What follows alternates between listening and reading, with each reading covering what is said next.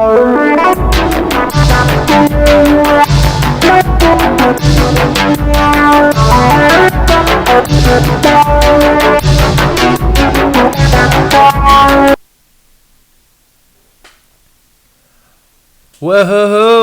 What's up, everybody? Hey, everybody! Welcome to the Super Bowl edition during Super Bowl week of Consider This Movie Show. We welcome you again. I'm your host, Howie. I'm your other host, Tim. And if you guys look down in the bottom corner of the screen, we have our third co-host, Steve. What's up, Steve? Right? What's up? There. How's life? It is, it's been a week. Yeah? You excited for the Super Bowl? Not particularly, no. It's going to be a blowout. It's going to be really boring. Oh, yeah? What are your predictions? Ooh. Oh, yeah, no. Patriots are just Patriots for the win. What have you been saying all week? I've been saying the Patriots are probably going to win, but I wouldn't call it a blowout. I don't know much about football, but I've been hearing Patriots are the way to go this year. I wore my red Giants jersey in support of the Falcons. Well. So, go Falcons. We'll see how that goes. He also wore red because he's been having a nosebleed episode, so if this ends up being a gory episode, that'll be pretty exciting. So, let's hope. Comment down below. That's next week for the My Bloody Valentine episode. If you wanted to have a nosebleed, comment down below. But without any further ado, we're going to jump into today's show. And we'll accept donations to try to get a nosebleed. You could donate to Red Cross with that. I'm sure they'll take some nosebleed. But, like Tim mentioned earlier, this is our Super Bowl episode. So, Super Bowl episode meaning we're going to talk sports films, we're going to talk football movies, baseball movies, basketball. NASCAR? Is NASCAR a sport? NASCAR is as much of a sport as running. Running. If you're going to consider like running in the Olympics a sport, then NASCAR is a sport because you go around a track trying to be the fastest. All right, well, definitely got to get into that conversation. So, without any further ado, let's jump into the movie news. So totally unrelated. First bit of movie news this week, kind of unrelated. Our first bit of movie news revolves around the sport of archery, and it's Taron Egerton is going to be starring in Robin Hood Origins soon. That's directed by Otto Bathurst, and it's going to be an origin movie featuring a younger Robin Hood. But the reason this is interesting news is the John Wick stunt team is kind of involved, and they're taking archery as seriously as John Wick takes gunplay. So that's exciting. I mean, we've seen a lot of Robin Hood movies this past lifetime of movie. We've seen them since the 20s, and even recently Russell Crowe did a Robin Hood remake. So that was kind of boring. I'm kind of bored by the idea, but seeing archery done in an exciting way again, maybe that'll be Archery is awesome. You got the dude from Kingsman doing John Wick-like stunts. It'll be cool. With archery. Steve, do you care about this? I don't care about Robin Hood, to be completely honest. I'm so done with that story. The fact that we need another origin story for Robin Hood is it's kind of excessive at this point. The only thing that has me somewhat interested is Taron Egerton's name and that John Wick comparison. Yeah, I gotta say it's the only thing that pulled me in, but I haven't seen the more recent Robin Hood movies, so I'm not as fatigued by it as maybe some people might be. Oh, yeah, that's true. They've made some recent, not-so-great ones. I think the best one is still Disney's Robin Hood. Robin Hood. That's definitely top. That's definitely, top tier. It's definitely one of the top. Do you guys have a favorite archery movie? Hunger Games, Brave, even Hawkeye's cameos? I guess Hunger Games? Catching Fire, maybe? Yeah, that was a cool movie involving archery. I think, Catching Fire is my favorite. Or maybe just the original Disney Robin Hood, like you said. Pretty awesome. Another good one. I'm a fan of Men in Tights, Robin Hood Men in Tights. That's a classic, too. That's one of those old satire movies, right? Yeah, that's, oh god, Mel Brooks. Okay.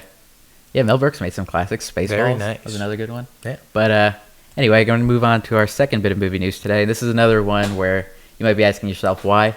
Why do we need this movie? And James Cameron came out and said this week that he's finished writing Avatar 2, 3, 4, and 5.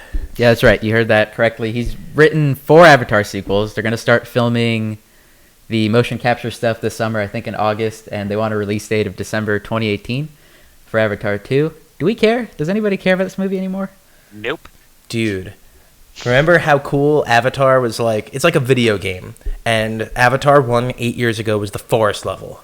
Then Avatar 2, maybe we get the fire level or the water level. And then Avatar 4, because that's 2 and 3, we get like the Earth level. The desert kind of. And then there's one that's only in the sky. Like, no one ever goes to the ground. It's just Pure space? pure flying. No, not even space. Is that when we meet Bowser? Or Yeah, then a giant bird and Bowser's on top of him. that is one way to keep it Is the exciting. castle its own movie? No. The castle will be the TV show. Okay. The Netflix miniseries that we got. On the castle. But yeah, seriously, did you guys like Avatar when it came out? Were you excited for sequels at all? I know we've been hearing talk of sequels I didn't for think it a needed really a long sequel. time. It was just this really cool spectacle of a Pocahontas movie, and it looked really cool, and that was it. And made a lot of money, so the studio was like, let's make more. And then James Cameron's like, I want to go underwater. Yeah, the money definitely plays into why we're getting so many sequels, I think. I don't think if the movie cracked 2.8 billion or whatever it was, they'd be talking 4 sequels in advance when there's not even an Avatar 2 yet. We gave you 10 years, you give us 10 billion. Did either of you guys end up seeing the movie in theaters? I know that was one of the bigger sells for this. I actually haven't. So you saw it at home? I actually saw it on a plane. Ooh, that's probably underwhelming, actually. Yeah, no, like that. It was so like shallow, and like I guess I just did not have the effect that a $2.8 billion worth of people had.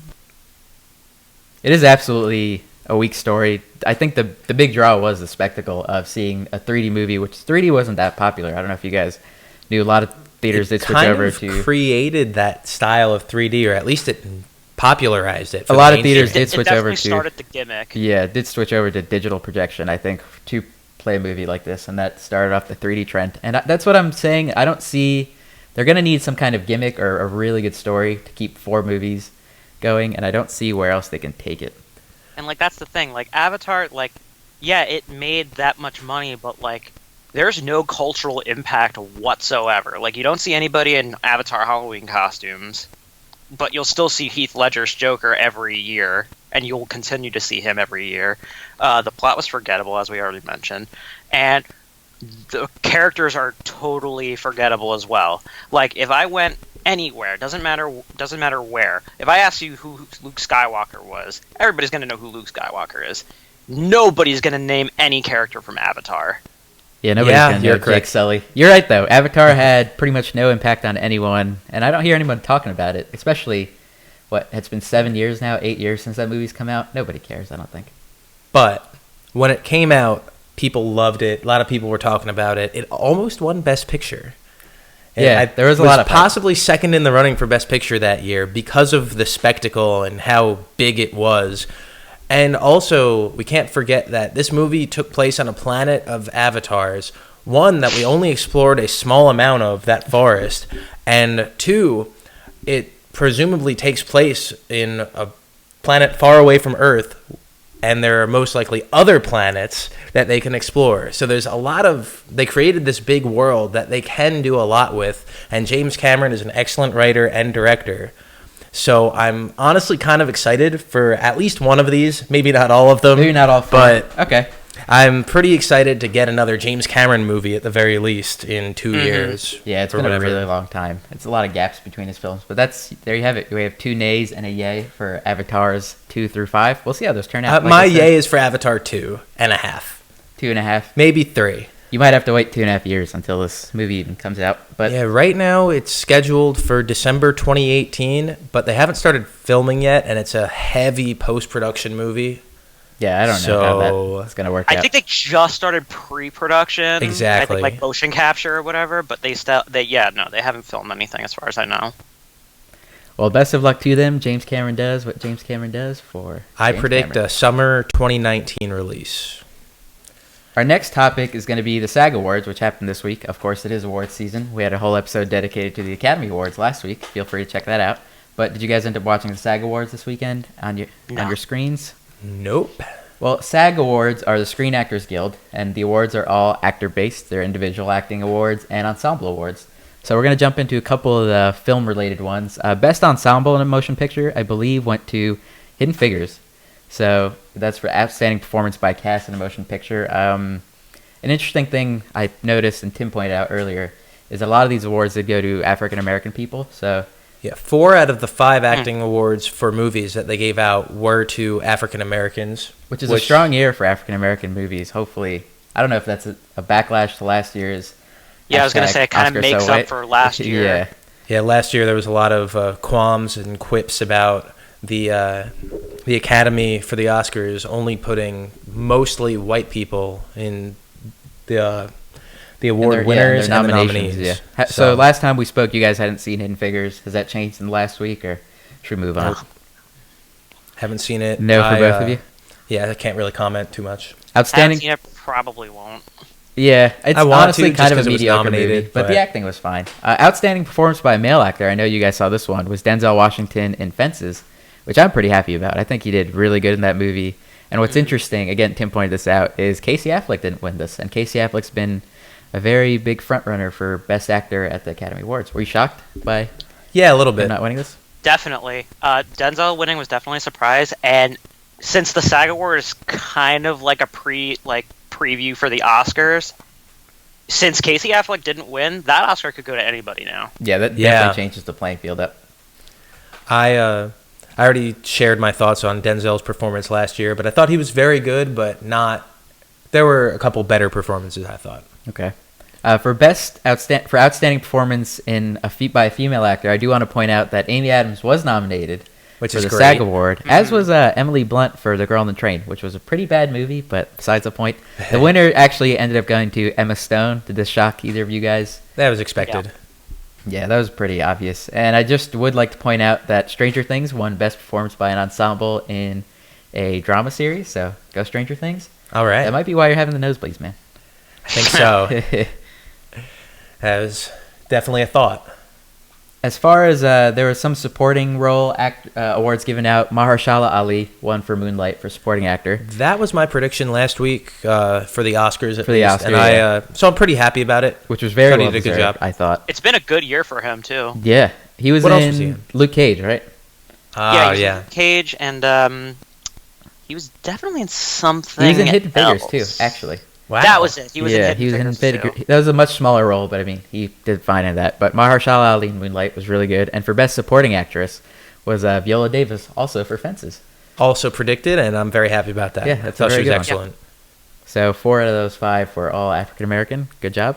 Not just for being African American, but for having great performances in a movie. And we're very excited to see the Oscars. Are there any other big awards between now and then besides the Razzies, which we might end up talking about? When are the Razzies? I think they're typically the night before the Oscars. Are they televised or? I think they're on MTV the Saturday before the Oscars. I could be wrong, really? But that's what I feel like they're. Just to capitalize on that whole weekend of movie going. I will not be trying to see all of the nominees for that. We're going to jump into our 4th piece of movie news now, which I think Steve has the most to talk about, so we're going to let him get it kicked off. But oh boy, the gist of it is Ben Affleck, who was long scheduled to direct and write the Batman movie. He's out. He's gone. Steve, what's going on with this? He's out. So a little bit behind the scenes here, just to get a little bit transparent. Before this episode aired, I asked Hawiar if I was allowed to curse on air. We're not. So I'm going to try to behave myself. We'll give him an allowance of 1. If necessary. So, obviously, there's a power struggle in Warner Brothers. They have no idea what the hell they're doing. Everything they've done this far has been totally reactionary. They've lost 3 directors on The Flash. They lost Ben Affleck. David Ayer's Suicide Squad will probably never see the light of day. Let's see, what else has been going wrong? Oh, Wonder Woman is rumored to be this big failure, which whatever. I didn't expect that. It looks good. Now, when you say David Ayer's Suicide Squad, looked good. You mean David Ayer's original cut of the movie? Oh yeah, that's never going to see the light of day. No. Oh no. Affleck's press release, that whole I can't do both, I can't direct and star in this at the same time. Total BS. Yeah, it's definitely just covering his tracks, I think. He already did that and won Best Picture. You can't tell me he can't do this for a superhero movie. Right. Yeah. And he literally told the whole world 2 weeks ago that he was gonna direct on Jimmy Kimmel, and then all of a sudden, boom, changes his mind. Oh yeah. So why do you think that is? Have they speculated why he's stepping down? Is it script issues? It could literally be anything. Even It's an today, ego I just contest. heard. I just heard today that Chris Terrio, Chris the guy Terrio? who wrote Argo, Mhm. he did a rewrite of the Batman, like recently, So he rewrote Ben Affleck's script. Yeah, but at least he Ooh. which worked was with him co-written on by Jeff Argo. Johns. Oh, that's a big rewrite. There's a lot of struggles and a lot of turmoil going on in DC. No, But at definitely. least it was written by his friend who's worked with him before. So Yeah, maybe he just. I believe edited Chris some Terrio things. also had writing credits on Batman vs Superman. So not the Never not mind. the beacon of hope. He I'd have also hoped for. came on that movie. To be fair, he also came on that movie like later in production. Mhm. Like that was David Goyer's script before it was his. Okay. David Goyer just turns everything he touches to crap. Do you know that? Oh yeah. I hate that guy. So there's clearly a lot of issues going on with DC. This was the one movie I had hoped for, the Batman. Wonder Woman looked fine. The Flash I was excited for, but as Steve mentioned, there's a bunch of shifting in directors and even a page one rewrite, which you told me the other day. So hearing this news is a bummer, but there are some directors in contention to take over the Batman. Who's the biggest yes man? Because that's who they're gonna pick. They're probably going to pick a yes man, but do you have a dream director, Tim, for this project? Just to give you an idea, some of the ones they've mentioned were George Miller, the guy who directed Warrior, and Denis Villeneuve, who I believe can't do it anymore because he's directing the Dune Another movie. Mm-hmm. There might be a third one. George Miller would be cool, I guess. Yeah. I mean, he had a success with WB recently, definitely, but... What Yeah. about you, Steve? I'd be cool if George Miller directed everything from now on. I heard James Gunn. I guess he took to like Facebook or something. He wants the guy from Green Room to do it, which I didn't really care for Green Neither Room, did but I. like that seems like a good move for him. That does seem to be commonplace with a lot of blockbusters now, is people who did make smaller indie movies jumping right into a bigger project. And that could be because of what Tim said. They might just be yes men at that point, where they don't want to Yeah. piss off the higher-ups and they want a big project under their belt. So, What if But Dan also look Trachtenberg at what did it? happened. But look at what happened to Josh Trank. yeah, Fantastic Four is an example of that going very south. And Jurassic World is a positive example of that same phenomena. So I think... And with WB's track record, I don't see it going any other way. And Yeah. even if they do get somebody like George Miller on there, it doesn't really matter because he'll probably just end up leaving too. Yeah. You Yeah, can't pick anybody who has his own opinions or likes Right. to make good movies. Clearly. Or because they have a path they clearly want to follow here. I don't know what their plan is, but they definitely Nobody have does. one. They don't even know what it is. I don't think they know, but they want to follow that plan to a T. And just postpone it and we'll see give how it it to works Zack out. Snyder. Kind of like Marvel had that plan going in with Ant-Man, and Edgar Wright didn't turn out so well. Mhm. I think honestly they should just make Zack Snyder direct all of them because he's clearly the one that they like, and he does make them money even if it's not as much as they want. Yeah, Zack Snyder's He makes a the pretty type of obvious movies that choice, they I think. want It's not to my make. ideal choice because I No, haven't not liked at all. anything he's made, but I wouldn't be shocked if DC went that route. A fun fact: George Miller actually was supposed to, I think in 2008 or 9, supposed to make a Justice League movie actually, and I guess Warner Brothers gave him the shaft on that one. So I don't know if a lot of ill will still remains from that project. So I'm not too hopeful on George Miller. Let me pose something to you guys. Do you think this movie happens? Period. The Batman. Yes. Yes. But I Really? would. So, do you think it's gonna be with Ben Affleck though? Like, do you think because he already stepped down from directing, he could? There's a small chance, but he could step down from acting. Do you think it happens with him? Is he allowed to do that? As far as I read, I don't think he's contracted. Like, I don't think he's on contract. Yeah, I would be shocked if they gave him a very lenient Oh, contract he's because not he on is Ben Affleck. contract. I Then wouldn't no. be shocked if he stepped down. I don't think he'll stay. Possibly if he did step down, I would be pretty happy if DC kind of did an overhaul of their executives and just started this DC universe afresh, or even did unrelated stories again. I wouldn't mind a Executives bunch. that are doing this. So I wouldn't don't mind a think they're- Batman movie that doesn't have to be tied in with the Superman movie that came out a couple years ago and the Wonder Woman movie that's coming out. I would next. prefer it actually being like standalone movies for all of them. Like, they don't have to do a cinematic universe. Yeah, I think DC definitely has enough great comic story arcs under their belt. They could just take each of those into their own movie or even trilogy. Yeah, I'd Like, be I think fine that's with what them Fox doing is it. starting to do now with Deadpool, because that's clearly in its own like little like thing. Yeah. Logan's looking to be in its own universe. I think that's been working for them. It makes them unique. I would really commend DC if that's the route they ended up taking, but they are very deep into this Justice League thing. I mean, I do think they just finished part 1 of part 2, so I don't know how they'd handle that. But I do believe there will be a Batman movie within the next 5 years. So that's my guess. DC, man, I don't know what their thinking is. Man. But any other things you want to vent about on this subject, Steve, or should we move on to our grab bag giveaway? You know what? It's up to Justice League at this point, and my hope for that one is low, so I'll just leave it there. Word. That's what I got to say to that. So before we move on to the grab bag, actually, we're going to just, over here, if you guys look in the bottom left corner of the screen, or right corner, I don't know how it looks for you guys, there's a small schedule we have of our upcoming episodes. If you guys join us next week, we're going to be doing a Valentine's Day romantic-themed episode, talking about some rom-coms, some romances, love and film, our love of film. So stay tuned for that. And there's some other episodes we have scheduled. Those are more tentative, but if you'd like an idea of what we're doing, that's there. And we're going to move on to the consider portion of our show, where we kind of just drop some things we want to talk about briefly before jumping into our review. And the one is last week on our show, if you guys watched, Steve mentioned that The Lobster is one of his favorites contenders for best screenplay. Best original screenplay at the Oscars. So Tim and I were like, let's check this one out. We did. And I'm going to say I have to agree. I think if The Lobster ended up taking Best Original Screenplay, I'd be very happy. It's a creative movie. It's weird. There's a twinge of dark black humor and some British humor, and it's definitely a weird movie, but the way it's written and it sets up this kind of cool universe where lovers and people who like being lonely are enemies. Very awesome. What do you think? It's very unique. I think that's why it was nominated, and it works. I didn't love it, but I definitely understand why the Oscars wanted to congratulate a movie for doing something different and doing it pretty well. Very well. I'm a little disappointed after seeing it, though, that it wasn't nominated for Best Cinematography, because I thought that was excellent. I think it had some tough contenders in the cinematography category, but I agree. That was pretty cool. But it was possibly my second favorite cinematography next to La La Land.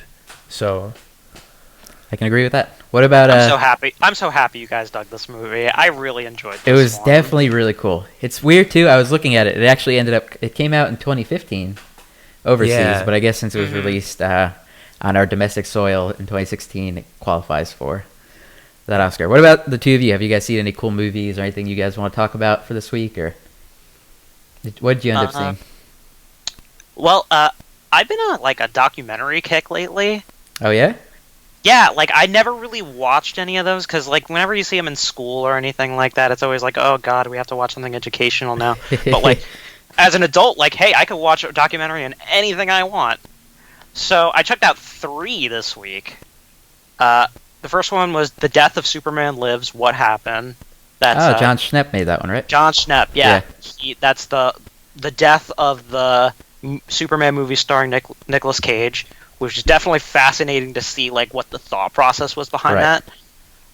We would have lived in a very different world right now if that movie had come out, I feel. Definitely. It was a long-haired, very grungy Nicolas Cage playing Superman. And if you guys are interested, I don't know if Steve, you were going to bring it up, but Kevin Smith has a cool story about the process that he was involved with during the making of this. He was I think he wrote one of the scripts, right, for Superman Lives? Yeah, his part in the Superman, he was involved very, very early on. He was the guy that wrote the first screenplay for it, and apparently he was the only one that liked it because soon after that he was off the project. But he did include a really cool Batman cameo, which what would have been pretty amazing in 1997 or whenever that was supposed to come out. That would have been actually pretty cool. Especially being 6 years old would have been probably when I stumbled upon that movie. I would have enjoyed the heck out of that. Yeah. So I recommend you check that out. Or the other two. I saw I Am Chris Farley, which was just it was on Spike TV either last year or the year before, and it was just a look back on Chris Farley's career, how he got started, what the SNL years were like for him, what kind of a person he was, his downfall. Why he did Beverly Hills Ninja? Was that? They did touch on that. That was when he was really spiraling out of control. Mm-hmm. But that was all behind the scenes because when that dude was on camera, he was always on. Yeah, the dude was lively on screen, definitely. Oh yeah, he changed. He was the guy people tuned into SNL for back in the day. Like nobody has that star power anymore. I live in a van down by the river. Oh yeah, that was that was his whole chapter. That was definitely one of the shticks I'm more aware of. What was the third one, Steve? The third one was from a little while ago. Perhaps you heard of it, Blackfish. I've heard of it. The SeaWorld one, right? Oh yeah, the SeaWorld one. Yeah, no. If this movie was designed specifically to get you to hate SeaWorld, congratulations, they did it. Yeah, there's definitely a lot of SeaWorld backlash on that one. I haven't seen that one. Tim, have you seen any of these three? I have not. I'm Any not documentaries huge for on you this week? documentaries. I actually saw a documentary, Jiro Dreams of Sushi. It's about an old guy in Tokyo who makes I saw that pretty last banging week. sushi. Yeah, It was alright. it was okay. Yeah. I gotta say, I had a craving for sushi Did afterwards. you eat his sushi? I would eat a sushi, you know but it's you that need good? a reservation a month ahead of time. And it's in Tokyo, so maybe not So anytime soon. you make the reservation now, and then you go to Tokyo in a month. That's a good plan. Get Thank your you. tickets. You gonna pay? I'm not gonna pay. I'll pay. That's okay. What about you? Did you see anything cool this week? Anything you want to talk about? This week I saw The Lobster and Jerry Maguire. I guess that's a good segue Yeah. into our Jerry Maguire giveaway. So we saw Jerry Maguire last night in honor of our sports things. We have a copy here. This is a copy we watched. If you It guys is win, a football movie, sort of. kinda, yeah, we'll get into that. If you guys want to win this copy of Jerry Maguire, the rules are a little bit different this week. If you go into the description of our video, there's a link to our Facebook page. All you have to do is like the Facebook page and like our most recent Facebook post. Yeah, that's it. Pretty easy. 2 things. And if you do that, we'll pick someone randomly, and you could win your very own copy of Jerry Maguire, which has a Blockbuster sticker on the inside, I think. Besides the point. Tim, But it's yours. but it's yours. It's going to be yours. Yeah. You can pop it into your archaic DVD player, watch it in glorious 480p. Or watch it with a Blu-ray player, still in 480p. In, like, upscaled something? I don't know. Tim, what'd you think of Jerry Maguire? It was alright. I'm going to agree. I expected it to be iconic, or at least have like a little more football in it. Maybe there are 2 great moments, and the rest of it's all right. I like the beginning. Well, Show Me the Money, one of your great moments. Show me the money. And- hey Jerry. You had me at hello? Hey Jerry. Show me the money. Show me the money. So, Steve, you haven't seen this one, right? No. Any questions you have for us regarding this movie? Because there's not really much to say, is there? How was Tom Cruise? Have you seen Rain Man? Yes. You've seen his performance in this. Same performance as that. Oh, and same thing. did you see well, similar a character. very similar character? And if you've seen him jumping on the couch, crazy doodah in Oprah, that's about the levels of energy he has throughout at least half of this In movie. like the beginning, at least. Yeah, I kind of like it when he plays like a douche. he is a very bombastic douche. He's a douche early in the on. beginning, and then So- he kind of sobers up. I guess we'll talk about the plot. The plot is a sports agent played by Tom Cruise who has a bunch of athletes under his belt. But he's like, you know what? I want to refocus my life. I want to be a better person. So I'm only going to take on 1 or 2 athletes and see what I could do with that. And one of those athletes ended up being Cuba Gooding Jr. Yep. And so he branches out on his own. And while being on his own, Renee Zellweger, one of his assistants, ends up becoming working for him. And they end up And falling it's in love. Just the 2 of them. So- We'll let you determine. Falling that for in and out yourself. of love. But so yeah, the whole movie has a backdrop of sports and athletes. But it's You see about 2 sports plays in the whole movie. yeah, it's a very loosely coined sports film, I think. Cuba Gooding Jr. won Best Actor for it that year at the Oscars, and this movie was nominated for Best Picture. And I didn't really feel that either of those were deserving. Yeah, you don't get much of that vibe. Cuba plays He's a not very bad good, for sure. Like he's pretty good in it, but He plays like Chris Tucker if Chris Tucker was playing a football star. I don't think that's What year Oscar-worthy. was it? This was 96. 96, yeah, like 21 years ago. Pretty insane. I don't even know what came out in '96. Was that Titanic or was that No, 97? Titanic was the next Titanic year. was the following year. I believe this year's winner was Shakespeare in Love or Shakespeare. Oh, okay, so that was the bad year. Yeah, or Romeo plus Juliet, one of those weirder movies. So it's probably a weaker year for film. And yeah, like Tim mentioned, you don't really get a sense of a strong relationship in what is supposed to be a romantic comedy. You don't get a sense of much sports for what's supposed to be a sports film. Yeah, I don't think it does any one particular thing very well. It's just a bunch of things kind of in there, and it's pretty long too. It's like almost 2.5 hours. And it's just Tom Cruise kind of going back and forth between if he's trying to be good or if he's just trying to use people. And you don't really get a sense of a character arc because he's just kind of wishy-washy the whole time. Yeah, a lot of this movie is I think he does a by good job, but Tom I Cruise's wasn't a performance, huge... right? Yeah, I think his performance was the best in the movie. And even then, he's performing against a cell phone like half the movie because he's constantly on the phone screaming. And Renee Zellweger is really awkward and kind of cringy in the beginning. Then she finally gets the sense of purpose. But she's also kind of like, you don't really know the goals and purpose of any of these characters. It feels like they're always going back and forth, and which doesn't really give the big moments as much power as you would think. Hearing about, like, You Had Me at Hello. Show Me the Money was earlier on, so there wasn't like a big build up to that. But oh, really? That was early on?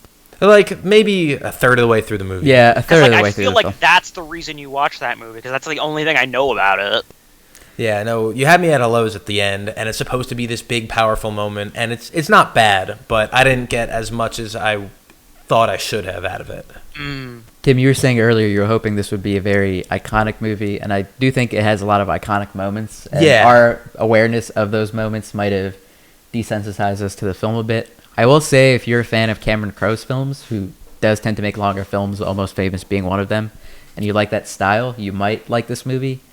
And if you like early 90s Tom Cruise and just this cast and even sports in general, the subject, you might like it. But for me, I wasn't a huge fan. I'm going to go, I think, a 6.5 out of 10 for this one. It's just passing. What about you? 6.8. Ooh, extra credit? Yeah, just a little bit. 3 points? I just those 0.3 points were for the 2 football plays I saw. Okay, you are a big football fan. Steve, did we get you excited for Jerry Maguire? Nah. Yeah, I can't blame you. I hope whoever wins this copy really appreciates it. A lot of people really liked it. I hope like so I too. said, We know there are a lot of fans. So again, if you guys do want to win your own copy of Jerry Maguire, a very special copy of Jerry Maguire with a $5.99 sticker up top, you get it for free. Just like our Facebook page, like our post, and we're gonna move on to some sports movies that do excite Steve. So Steve, if you want to kick it off, tell us, do you have a favorite football movie or sports in general? Well, let me start by saying that boxing movies are always the best ones. Like, all right, you got Creed, you have Rocky, you have Raging Bull, which I believe is the best sports movie of all time. Wow. Gotta watch it. $1 Million Baby. Really? You've never seen Raging Bull? I've never seen Raging Bull or $1 Million Baby. That's a good movie. I've seen it. I remember being bored. But I was also 15, so don't knock me. But anyway, sorry. It's definitely not for 15-year-olds. Like, Yeah. watch it as an adult, like, you'll get it. Okay. Who would win in a fight, Jake LaMotta or Rocky Balboa? Jake LaMotta fights dirty. So, I'm gonna go again. I'm gonna go with him. Do you think he'll take out the softie that is Rocky? Well, it depends. It depends on where he's at in his career. Because towards the end of that movie, he's Robert De Niro really changed his body for that role. Yeah, I thought you were going to say where he's at in the world, because I was going to say, you can't beat Rocky in Russia. Oh, yeah, Rocky for Rocky versus peak granted. Jake LaMotta. But as far as football movies go, I haven't seen many, to be honest with you. If I had to pick a favorite, it's got to be The Waterboy. Yeah. That's pretty classic, especially for people in our age group. That might be my favorite just to watch. Like, I have the best time when I watch that movie, for sure. So I'd probably have to agree with you. Favorite quote? Probably one of the most quotable. Yeah. I think the H2O Gatorade is probably my favorite quote. So, favorite football movie, Waterboy. Have you guys seen... I know another super duper popular one is Rudy. Was that on your list at all? Rudy might be the best football movie I've seen. It's super inspirational and just really nice to watch and see the how Rudy just never gives up. It is very much a story about perseverance. That's what I wanted to get into. Do you guys think that you can make a good sports movie that's not about underdogs, or could you even give an example? Because it seems to be the trend is sports movies, or pure sports movies, always follow the underdog player or team. You mean Dodgeball, a true underdog story, is about underdogs? I think so. I don't know what gave it away, but I think so. Raging Bull wasn't really an underdog story, which is kind of why I liked it. Because, like, you don't really want to see him succeed. but like he just does. He's very cocky in that one, right? Mm-hmm. I would say Rocky. Obviously, the first two Rockies are certainly an underdog story. The third one is kind of in the middle. But then, as Rocky's career arc kind of keeps going, he becomes the guy that is supposed to win, essentially. But somehow they just keep making, like, Ivan Drago make it seem like Rocky is still the underdog. So I can't really say that none of the Rockies are not underdog stories. So you're saying the underdogs with the Rockies. Steve brought up a good point that another archetype of sports films are like a very cocky athlete who ends up falling from grace possibly and either making a comeback or never reaching that point again. Like Bleed for This, I guess. So one for me that I liked recently also falls in the boxing category was Southpaw, which came out I think half a year before Creed. It was a bit overshadowed by Creed. Creed is the better movie. But Southpaw follows Jake Gyllenhaal, whose wife just... she dies. Not a huge spoiler. It happens very early on in the movie. And It's in the trailer. It's in the trailer. He's not a very good parent either, so it's kids taken away from him, and he's really just down in the dumps. And it's like, is this guy going to fight for what he wants back, his family and his pride, or have you? And I think Jake Gyllenhaal is one of the better actors around today. So that's one of my more recent favorite boxing movies. But again, I mentioned earlier, Creed is just all around awesome. So you can't knock Creed. Yeah, Creed honestly might be one of my favorite sports movies of all time. Definitely one of my favorite movies of 2015. I thought it was awesome. So we talked about boxing. We mentioned football briefly. But Rocky IV is probably... Rocky IV it's up there too. It's the pinnacle of Rocky awesome boxing movies. I do agree with Tim that Rudy was awesome. Let's jump into some other sports, just other sports in general. Do you guys have a favorite... basketball movie? I was going to say cricket, but yeah, basketball is a good place to start. Cricket. Steve, I think you might want to share you have the obvious basketball answer movies. The basketball movie is Space Jam. Yes. Yeah, there's no other answer. Other ones, like Mike, I've never seen, but I heard good things. Cute movie. And Semi-Pro was funny, kind of. Hoop Dreams. I've never... Hoosiers, Love and Basketball. I think those are all basketball movies I haven't seen. But yeah, Space Jam is the answer. And do you guys know why Space Jam is the best movie ever? Because it came out when we were very young. Came out when we were very young. It has Looney Tunes. It has Michael Jordan. It has Newman saving the day. It has Newman saving the day, Bill Murray, and one of the greatest songs ever, I think. Come on and slam, and welcome to the jam. One of the greatest songs. That whole soundtrack is lit. What else is on there? I'm drawing a blank, actually. I Believe I Could Fly. What else? Come on and Slam. Probably something by the Spice Girls. That they sound like they would want to make this. Same time period, though. Or maybe NSYNC, Backstreet Boys. I'd be surprised by a lot of stuff that rap and R&B. You know by name, but like you'd know it if you heard it. Like Darude's Sandstorm. But I think that was a little later. Okay. While you guys were stalling, I happened to pull it up. Eagle. Fly Like an Eagle by Steve Miller's on there. To the sea. Hit 'em High by LL Cool J. LL Cool J times. Basketball Jones by Barry White and Chris Rock. I did not know that was a collaboration. Oh, great. Great times. What's the most, would you call Space Jam inspirational? Were you inspired? Yes. At least parts of it. Yeah. Maybe not the part where you cheat and you drink like the Michael Jordan juice and turn into a monster. Maybe not that part. Maybe that part. That is a good value. Don't cheat, otherwise you'll turn into a monster. No, but they won because they cheated. Did they? Yeah. It wasn't. They didn't cheat. It was just water. Oh, I guess it was water that made them think it was the lifeblood of life. No, Bugs Bunny made. You gotta watch this movie. Oh yeah, I haven't seen it. Bugs Bunny made them think it was like steroids. Oh, okay. So he made them think they were cheating, but they weren't actually cheating. Okay. The cool. placebo effect is the movie's true meaning. Okay. So it's okay to cheat as long as you're not cheating. Right. Question: did anybody else, and I'm talking like decades ago or decade and a half ago, have a huge crush on Lola Bunny? Yeah. Yes. So it's not just me. Before the age of 8, maybe? Yeah, definitely. Yeah, that's roughly what I was thinking. Not now. Definitely not now. No. You know who I would still crush on right now? Jessica Rabbit. That's a rabbit I can get down with. But besides the point, Yeah, best for another basketball time, movie, maybe Space for Jam. next week's episode. And in Space Jam, Michael Jordan plays a baseball star, but nobody cares because baseball sucks. And what about he also baseball kind of movies? sucked at baseball. He also did suck at baseball. Do you guys have any favorite baseball movies? Angels in the Outfield, hands down. Oh, and Field of Dreams.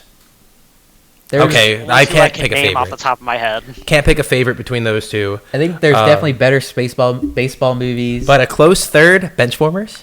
Benchwarmers is really good. My pick would have been Sandlot. Right. I think Sandlot's just Oh, right, the Sandlot. Sandlot. That's probably my favorite. a classic feel good, just like a bunch of kids playing baseball during their break and just having a good time. And Yeah, but what about Jimmy Fallon's crowning achievement, starring in Fever Pitch? haven't seen it, unfortunately. Sorry, Jimmy. Have you seen that one? No, but don't- I haven't heard good things. Yeah, I don't think Jimmy Fallon had a very poppin'. Or movie career. a more recent one, 42, where the biopic black guy who's now Black Jackie Panther is Jackie Robinson. Yeah, I forgot about that. There's definitely a lot of sports movies I haven't seen. Now that we have this Yeah. conversation. Oh no, there's a lot of sports movies out there. I looked at a list of top 30 football movies and haven't seen most of them. Did you notice I accidentally said Spaceball earlier? I noticed that. I don't want to say anything. That gave me a good idea for a baseball version of Space Jam. Baseball sequel starring like Aaron Rodriguez or that other guy, Derek Jeter. I don't know. Okay. There's baseball. I'm not going to go into every sport individually, but I'm sure you guys have some lists of your favorites or even least favorite sports We could movies. go quickly hockey, I'm drawing a huge blank. Mighty Ducks. I actually was a fan of Mighty Ducks before I saw it as an adult. I saw it for the first time a couple weeks ago. I did not like this movie. It's kind of boring. Isn't that the worst when you see something you love as a kid and then watch it as an adult and just Yeah, ruins it the ends whole up being thing? a bummer. Yeah, Yep. Nostalgia's weird. Luckily, I didn't see it as a kid, so at least I didn't get it ruined. That's very nice. For me, the biggest was Pokemon the movie. I saw that a couple years ago. I still and like it. Wasn't that great? I haven't seen it as an adult. I don't want to see it as an adult. I don't want to tarnish that. Yeah, just remember it the way It's it is. nostalgia, man. You're still gonna like it, even though it's not good. But soccer movies, Kicking and Screaming, it's the only one I Soccer. can think That's not a of. sport. Sorry, football. Oh, football movies. Yeah, I can't think of any there either. Fried Green Tomatoes I saw when I was younger. I think I like that one. What about some weird sports? Do you guys have any weird sports Shout movies? out to every single Air Bud movie. Oh my god. That was yes. an interesting series, man. Good call. Totally forgot about it. My Where boy a dog Eric. plays every sport at some point. And each individual sport movie is the best sport movie of that sport. Yes. And the only reason it exists because in this town nobody ever tried to make a rule that said no dogs, even though it worked against everybody in the first movie. And that brought about the Golden Retriever uprising, actually. So I don't know Yes. if you've noticed, but a lot of sports teams now are We're hiring. starting golden Yeah. retrievers. Of course. Like, how could you not? Yeah, when they're the best, when they're better than all the kids. They're cute, so they're making a lot of money, and they're also like pretty ballin', Nice pun. pun intended. Wait, do I you guys got have a couple any? of oddball sports weirder ones? Yeah. movies here. I got Warrior, MMA. You don't see much of Nice. those. I think that's the only one, but could be wrong. Wrestling movies. And however, I'm surprised you haven't mentioned this one, Eddie the Eagle. I've been sitting on it. Yeah. yeah. Eddie the It's- Eagle. If you guys haven't seen it at home, which I don't think many people ended up seeing it, it was in a huge box It was office. hit. awesome. Eddie the Eagle is one of my top 10. It was in my top 10 for 2016. It's a very inspirational and very fun It's so fun to watch. 80s themed sports film about a young guy. He's a little different, played by Taron Egerton, and he decides, you know what, I'm going to get into the Olympics. I'm going to do a sport that no one in my country does. Let's try ski jumping. And it's based on a true story. Yeah. Like, if Raging Bull is the best movie, like sports movie ever made, I think Eddie the Eagle is my favorite. Whoa. Whoa. Big words. I don't think I disagree. It's definitely up there. If I had to put it up against something, again, based on pure nostalgia, another one I was going to mention was Cool Runnings. I don't know if you guys... Tim saw part of I've that with never me the seen other that day. movie. I saw the second half. I thought it was pretty good. It's the I same... need to see the whole movie. Yeah, you should watch the whole thing. It's the same spirit as Eddie the Eagle. It's a bunch of guys in Jamaica. They're like, you know what? We want to be in the Olympics. They originally tried for running, of course, and didn't work out. So they're like, let's do a sport that nobody in our country does, Jamaican bobsled. Also the same Olympics as Eddie the Eagle. Yeah, same and year based on a of true Olympics. story. So kind of cool there. It's definitely not as good of a movie as Eddie the Eagle. I think just, again, nostalgia took me up and put it higher on my list. But yeah, Eddie the Eagle's great. I love the whole 80s synth vibe it gave. Every actor was cool. Hugh Jackman, I always love seeing in different roles. Mm-hmm. Did you have a favorite moment of Eddie the Eagle? Or unless, is that too spoilery?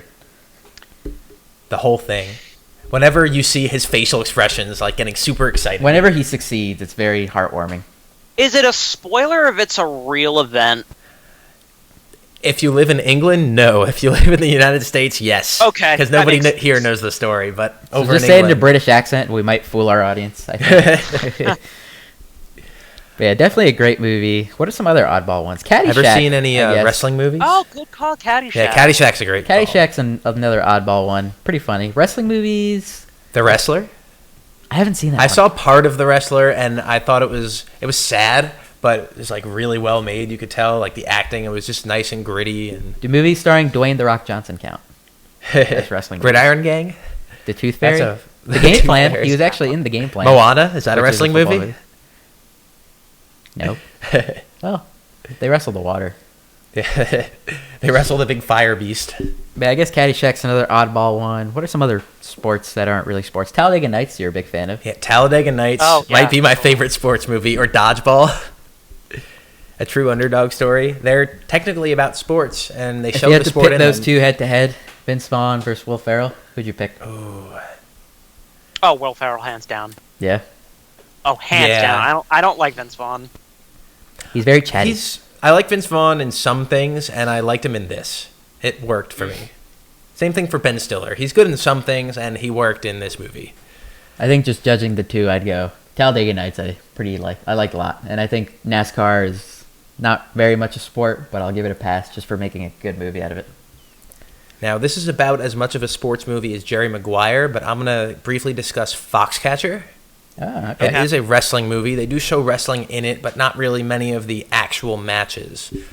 And it's more of a personality-based movie than a sport or rallying-based movie, but the acting in that movie is awesome.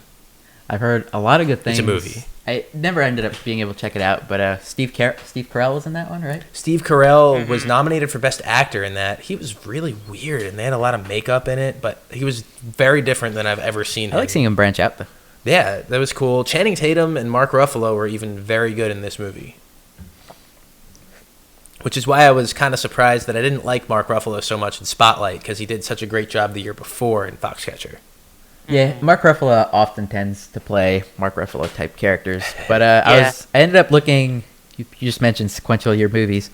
What some sports movies that are coming out in 2017 are, and interestingly, the only one I found on Wikipedia just by searching Control Lifting Sports was Cars 3.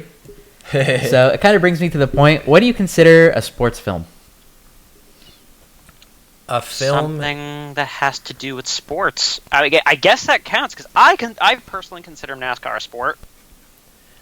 I would say if it's a competition, generally a sports competition, where you're following a character or characters around to win that sport. And I would say it almost always has to have some playing of that sport in it. And maybe something exciting revolving around the sport, or like the finish of the Because you could definitely game get very loose with it. Yeah. I think as long as it follows an athlete or a group of athletes and they're following their journey or arc or whatever it is, I think that's the purest form of a sports film. Whereas in Jerry Maguire, you have a guy who's an agent for a lot of athletes. I wouldn't call Jerry Maguire a true sports And movie. there's sports like going on, Moneyball or Ali is, but not Concussion. I wouldn't think, or Draft Day. I would consider Concussion a sports movie because that has to do with the entire that has to do with the sport itself. That's fair.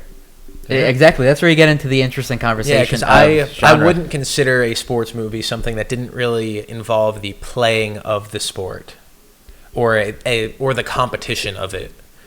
But you certainly can be included in there.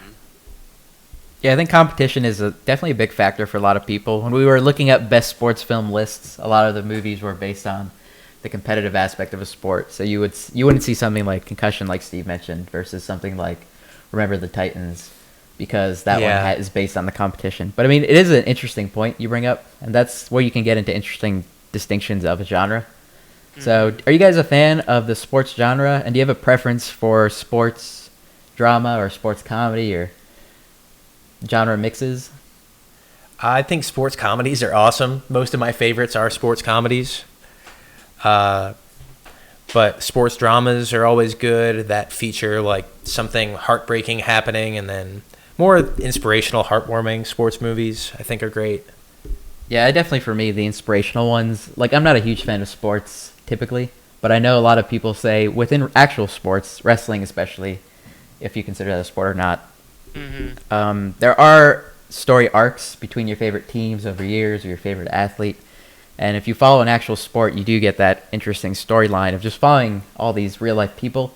So a big reason I like the inspirational sports movies is I get all of that in a nice little 2-hour package. I don't have to wait for a whole season of football to follow my favorite player and see if he succeeds or fails. So inspirational sports take the cake for me, and sports comedies are just very easy and fun to watch, especially like you mentioned earlier, Benchwarmers, Dodgeball, Talladega Nights, Blades of Glory even. Those are all just fun. I wouldn't call Benchwarmers one of my favorites, but the other three It's certainly. a decent one, right? All the Will Ferrell ones. What about you, Steve? To me, I think the best sports movies are the biopic ones, like Raging Bull, Eddie the Eagle, to a degree, The Warrior, because like maybe Randy the Ram might have not been like an actual person, but like you could copy and paste any old school '80s wrestler in that role, and you'd get the same movie. You get the same vibe, right? Mm-hmm. And like they don't always have to be inspirational, but like those characters are really interesting. Just like their life, like what the sport did to them, like how they just rolled with it. It is really cool seeing the impacts and the passion that a lot of people have for sports, especially come across in film. We've been talking a lot about, actually, to get to the point Steve was making, there's a cool video called Wrestling Isn't Wrestling. Again, if you consider professional wrestling a sport or not. Besides the point. That kind of goes into how wrestling delves into a lot of plot lines and how it could be like a movie or a really long TV show. So that's just a side point I want to point out. But you guys have been naming and talking about a lot of good sports films. Do you guys know what makes a bad sports movie, or even some examples of sports movies that you think stuck? The Benchwarmers. You did mention the Benchwarmers earlier. I thought it was funny as a kid, but now it's... And do you have a reasoning behind why? It's like what it's makes Rob it bad? Snyder and David Spade. Yeah, I was past gonna their say prime. Rob Schneider doesn't actually help. But that's an example of a sports comedy that kind of just relies on pretty empty one-note comedy throughout the whole thing. Yeah, pretty immature, I guess. And even would say the comedy. I guess there is a arc of success for the characters, but it's very like it's not well thought out. Again, it's very flat. It's the story you've seen before of these characters are underdogs, but they kind of just fall ass backwards into success because they are the main characters of the movie, and there's no big reason for it. Yeah. So I agree, Benchwarmers is pretty bad. If you asked 15-year-old me, I would have said... Oh, yeah, no, I wouldn't have said that. Benchwarmers was good and Raging Bull was boring. But as you age, I mean, your opinions change. Steve, are there any sports movies you weren't a fan of? It's not that I'm not a fan of this movie, it's that I've seen the opening of this movie at least 60 times in high school. Remember the Titans? I knew that one was coming. I'll never forget the Titans. Because I've seen the beginning of that movie like 60 times because that was the go-to gym class rainy day movie. That is true. But I still enjoyed it. I thought it was a pretty good movie. Oh, it's a good movie. But, like, I could do without seeing that movie in a lifetime. I've never seen that whole movie in one Yeah, right? full sitting. I've seen parts scattered. I think I've seen the middle after I've seen the ending several times, so that's a good one. I think a lot of the bad sports movies are honestly the sequels. Rocky V. Rocky V, Caddyshack Even Rocky 2. 6 I wasn't a fan of. Because you're following, in the first movie, you had characters that were interesting, or even jokes that were funny, or arcs, like characters you want to see succeed. But once you see that, there's not really much to do. I mean, like we mentioned earlier, you could have characters who are an underdog once, and in this one, they're the cocky, brash athlete who has to fall to realize where they came from. Which they have done in Rocky, but once they're at the fifth movie, there's not much to do. Have you seen Caddyshack 2? Nope, I saw Caddyshack 1. I've seen parts of it. I've heard it's awful, but I think a lot of the sports, like definitely the sequels, end up sucking. Okay. So, because it's the Super Bowl, Final thoughts, favorite football movie? Favorite football movie? You did mention Rudy. I think Rudy is the one that has to take the cake for me. I like Remember the Titans. I like Rudy. There was one with Mark Wahlberg. I've seen parts of. Invincible's pretty good. I've seen clips. That one seems interesting. And The Waterboy. I honestly can't say. The Waterboy is the funniest. Even though the jokes are very 12-year-old me. But or The Longest Yard I thought was really funny, the newer one. I wasn't a fan of that I was going to say that, yeah. Yeah, I guess Rudy would be my answer. What about you, Steve? For me, Waterboy.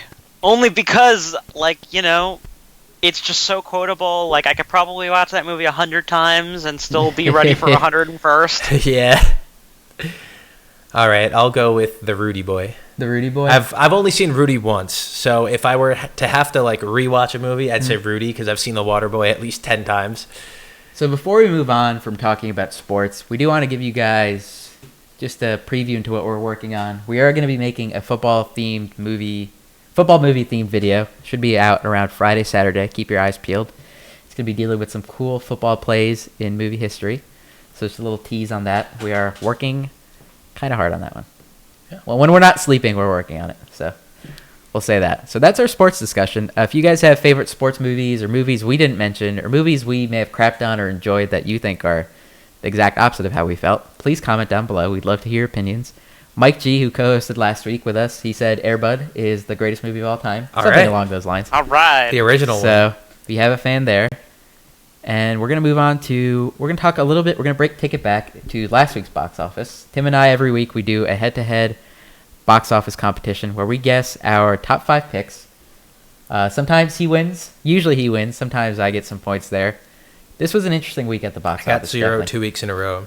So if you guys didn't know, last week we had Resident Evil came out, A Dog's Purpose came out, and some other movies came out, like Gold, that people weren't very big on. Something interesting that neither of us picked up on was A Dog's Purpose. That's a movie that, like a lot of DC's recent news, had a ton of bad press. So neither of us really considered it to be a top 5 contender.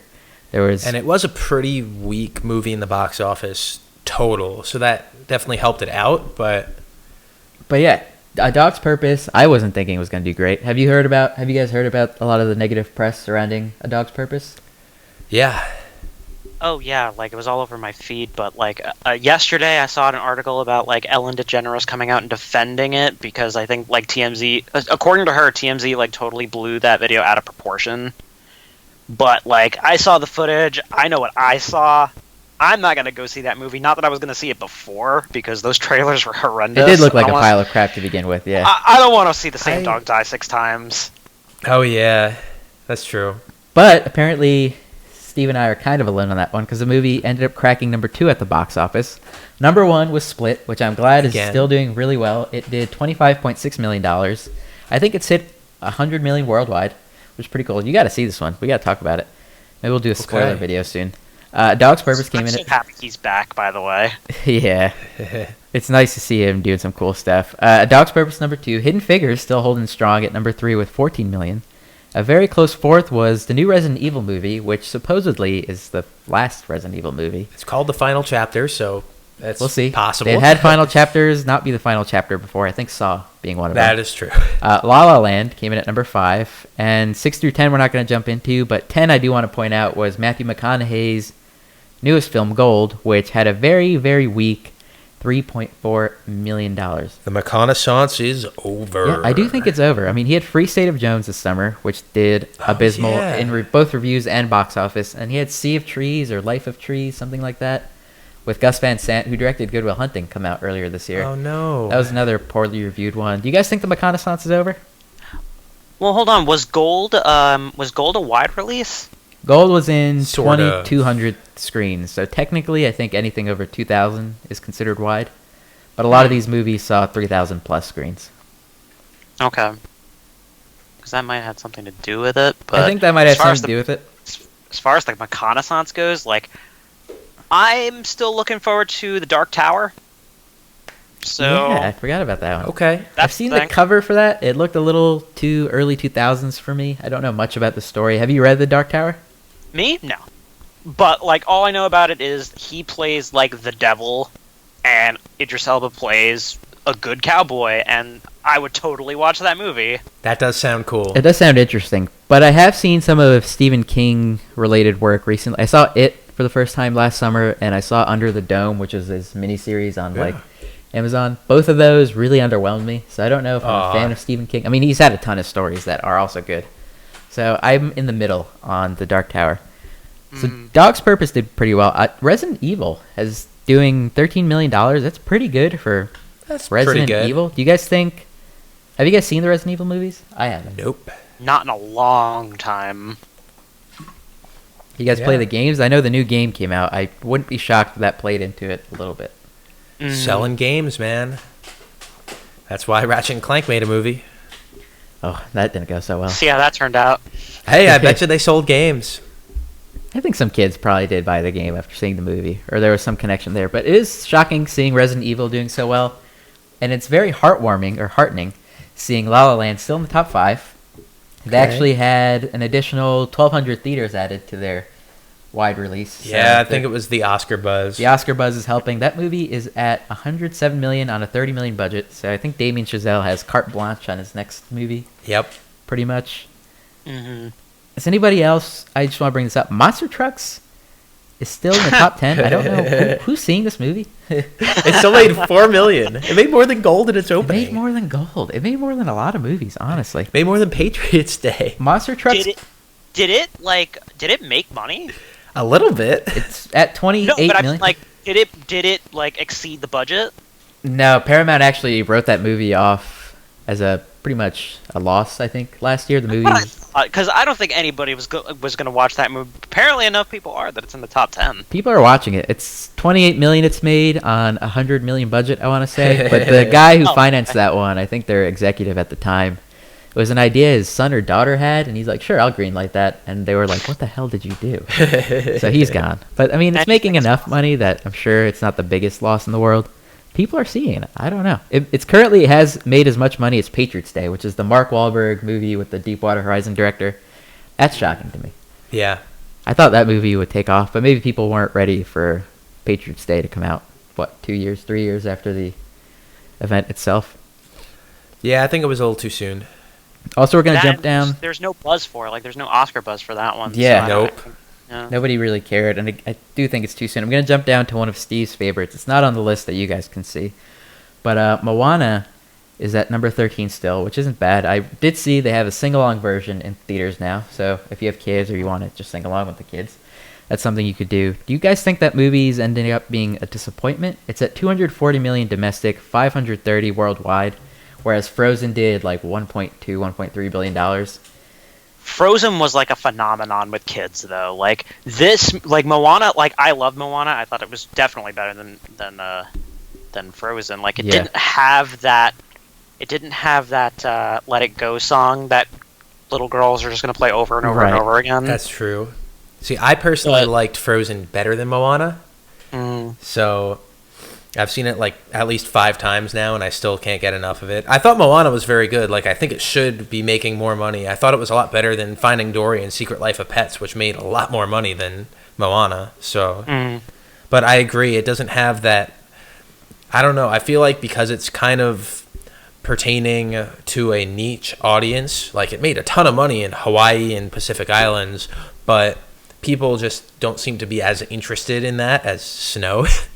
I think their timing on release wasn't great because, I mean, Disney this year has been doing a lot of near billion-dollar movies, and to see their like big musical for the year it barely crack half a billion, it is weird. I wonder if they're a little bit shocked by that, or even curious as to why those numbers are the way they are. I mean, it's still $500 million. Like, that's still a lot of money, and they still made money off of it for sure.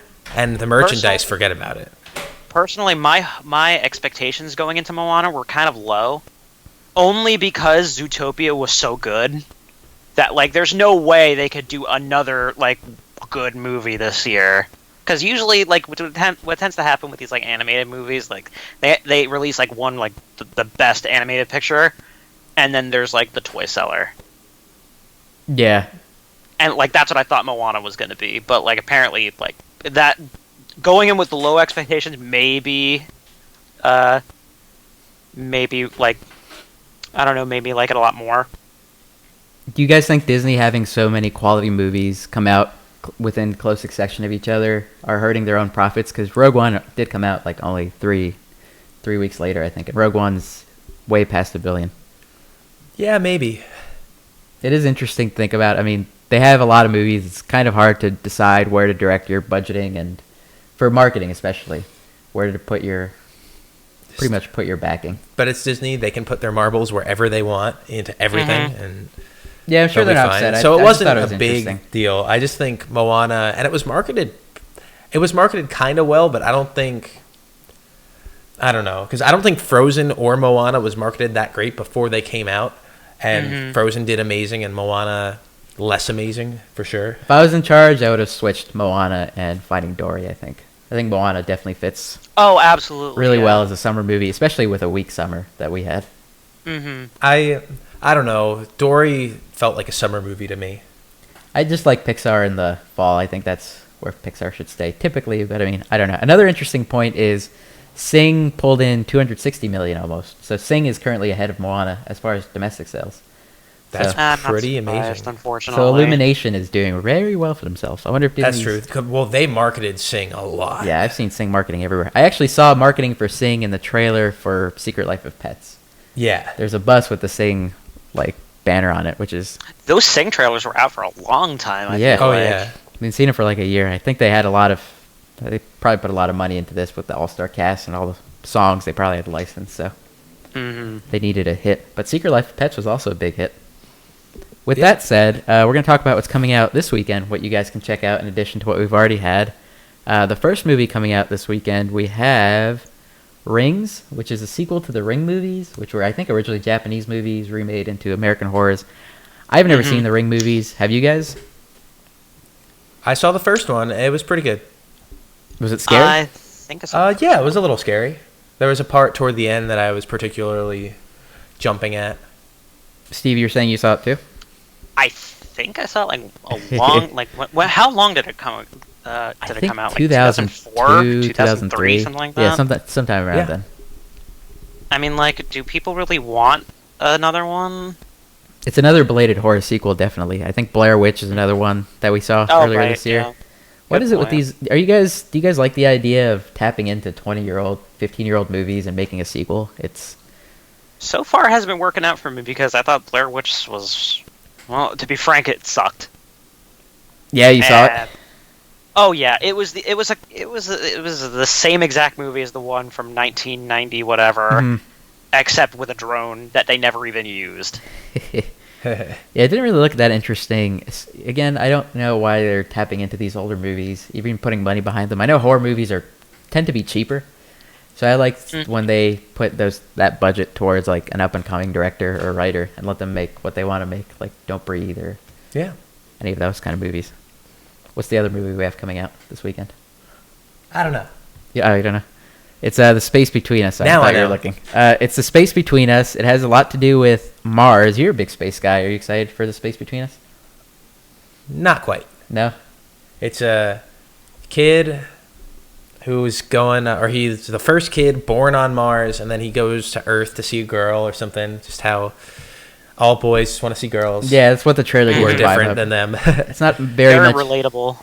Yeah, it's less The Martian and more Diary of a Teenage Kid or whatever. Yeah, it seems just like a teenage movie. It's an interesting concept, but it doesn't seem like, at least from the trailers, that they're taking full advantage of maybe the space and sci-fi Mars type stuff.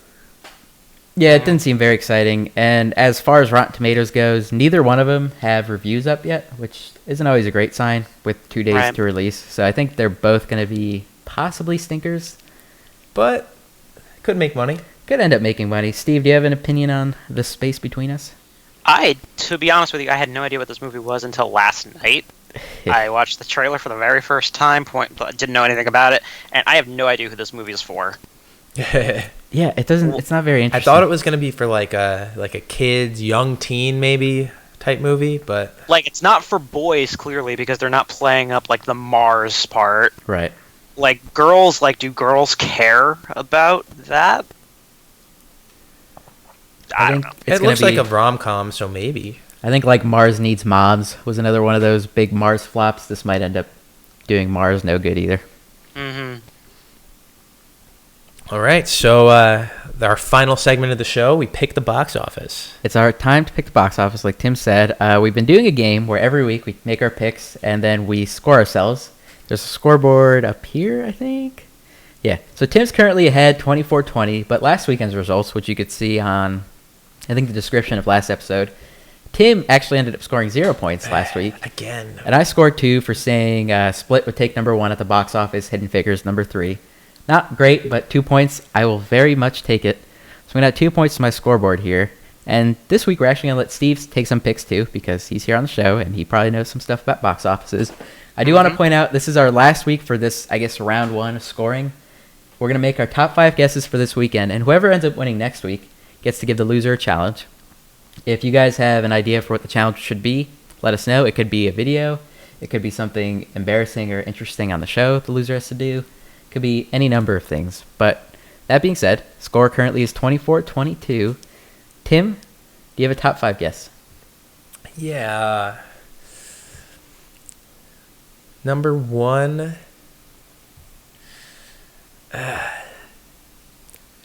Number 1, Rings.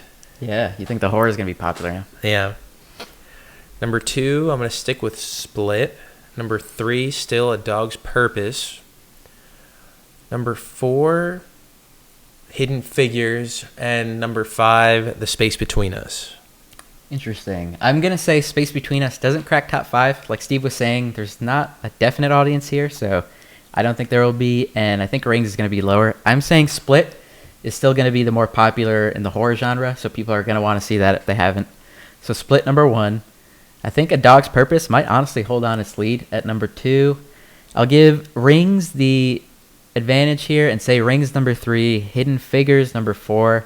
And I don't know if La La Land's going to continue expanding, but the buzz is definitely getting bigger, even especially with Emma Stone winning the SAG Awards. I think La La Land could end up taking number 5. So I don't see Resident Evil out. I think Resident Evil might be out. I mean, I think the people who wanted to see it saw it already. It might have had some buzz from the Resident Evil 7 game coming out, but I think all of that momentum might have died down. Steve, do you have a guess for this weekend? Okay, let's see. Number 1, I'm gonna go Rings, only because I think the audience that kept seeing Split probably gonna go to Rings. So I think Split is gonna lose some, and then Rings is gonna gain some. I agree. Number 2, I think Dog's Purpose is gonna stay where it is. To be honest, I think the controversy only helped, because I never saw this thing being number 1. So I think it's still in the still in the mindset of the people. So I think that's gonna stay where it's at. Split, I'm gonna agree with Hawiar. I think, or no, he said I'm gonna switch with Hawiar said. He said Split was 1, right? Yeah. Yeah. Okay, I'm gonna go Split 3. Because that's probably the only good movie that's like still kind of new. If La La Land keeps expanding, which I don't know, then I'm gonna go with I'm gonna take that for number 4. And number 5 is gonna be tricky because like you could say Hidden Figures because that's the newest of the Oscar baits, or you could say The Space Between Us only because it's new. But if I had to go with a gut reaction, I'm gonna go with Hidden Figures for number 5. I think that's gonna round it out. It'll be very interesting to see who's right. We typically will find these results out, I think, around Monday or Tuesday. And if you guys are interested in us even tallying our scores and giving a tweet out or a post out about that, let us know in the comments. Interesting picks. I'm more excited to talk about next weekend's box office. Next weekend, we have the Valentine's Day movies coming out. That'll be super interesting to talk about. Some movies we're all probably interested in. Movies for every audience. But that'll be for next week's episode, which you guys have tuned into. Again, if you guys are interested in winning a copy of Jerry Maguire, all you have to do is like our Facebook page, like our most recent post. Do it. Again, let us know your favorite sports films. Tim, anything else you'd like to add today, especially to them? Go Falcons! I don't know. Patriots seem like they're going to win. Do you have a guess? Says the man in the Jets jersey. Do you have a final guess for the score on Sunday, Mr. Football? Falcons win 35-31. Falcons win 35-31. You encourage the audience to take a bet on that. No. Okay, so you're not very confident. if I were being realistic, I'd say Patriots 35-31. I think next week's box office score might be 27-24, though, between me and you, if we're being honest. I think I'm going to take the cake on that one. I'll get 3, you get 2. And we're going to have Steve on there, too, see how he does. That's all for me tonight. Steve starts with 23 just so he can beat you. Well, I guess if we start fresh, we'll bump him in. Yeah. But, yeah, that's all for me tonight. Again, thank you guys for joining. We had a fun time talking about sports. We got that theme out of the way, so we'll never do it again. Unless a really good sports movie comes out. Not until the World Cup, World Series, basketball Yeah, we'll championship. figure out a way to work some of it in, I guess, right? Are there any good? Nah, we'll talk about that another time. So that's it for me. Again, if you guys want, you can follow us in the links in the description. Don't worry, that's not it for me. I'll be here another 45 minutes to answer your questions. Thank you. There will be a Q&A after the show. You guys can follow us on Facebook, Twitter, Instagram, all the good stuff. We have a website you guys can check out. There's not much exciting going there. We have links to our podcast if you guys want to listen to this on your drive. You can also follow Steve. Steve, we have your links in the description. Anything you want to plug? No, the art stuff is pretty much what I'm all about. So yeah, Steve Garcia does the art. Steve Garcia art. Let's go Falcons. Hopefully. Yeah.